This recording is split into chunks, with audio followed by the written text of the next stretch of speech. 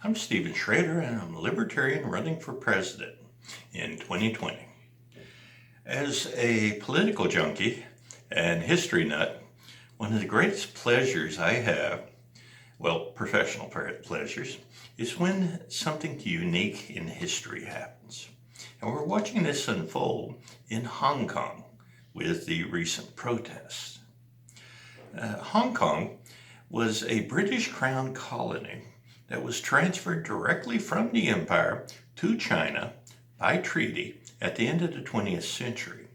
In that treaty, China recognized that the true value of Hong Kong lies in the fact that it is the most dependable banking location in all of Asia.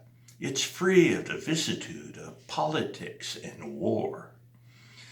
There, a corporation or a wealthy person can absolutely trust that their money will be safe, that they'll be able to do their business deals without interference or monitoring by possible hostile entities. And for this reason, China agreed that Hong Kong has to have a separate status under their system.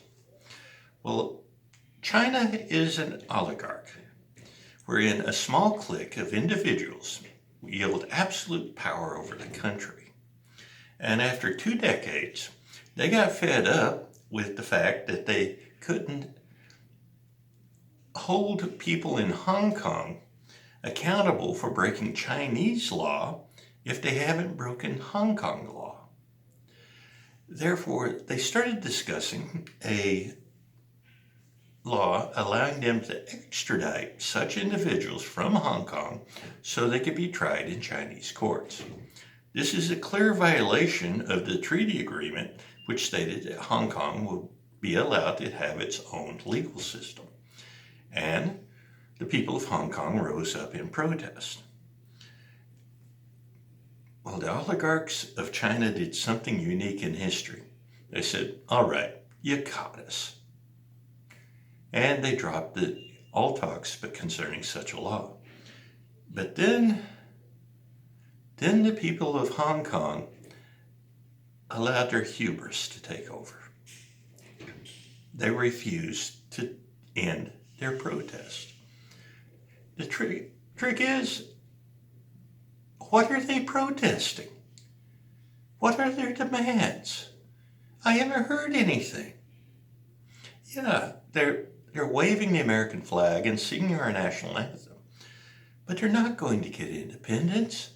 And so long as China minds its P's and Q's, no nation in the world, to include the United States, has a legal reason under international laws to intervene.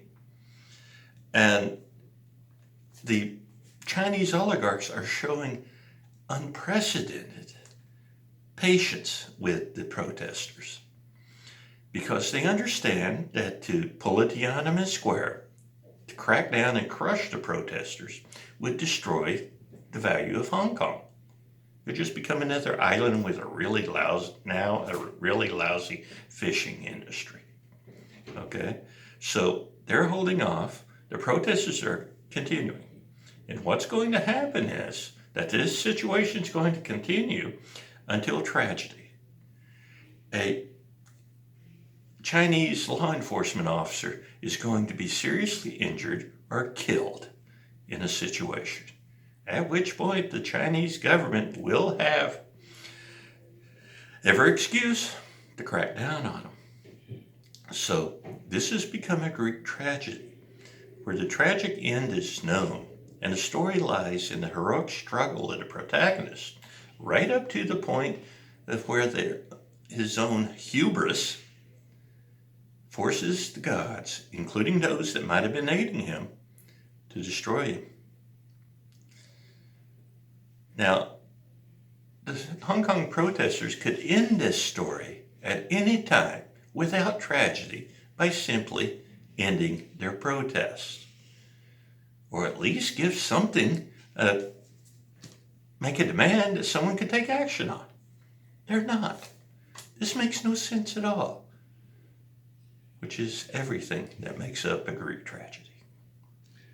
Now, if you'd like to see the other videos in this series, you can either go to my campaign website, Schrader, SCHRADER, for president, the number 2020.com, or go to YouTube and type in S. Schrader campaign.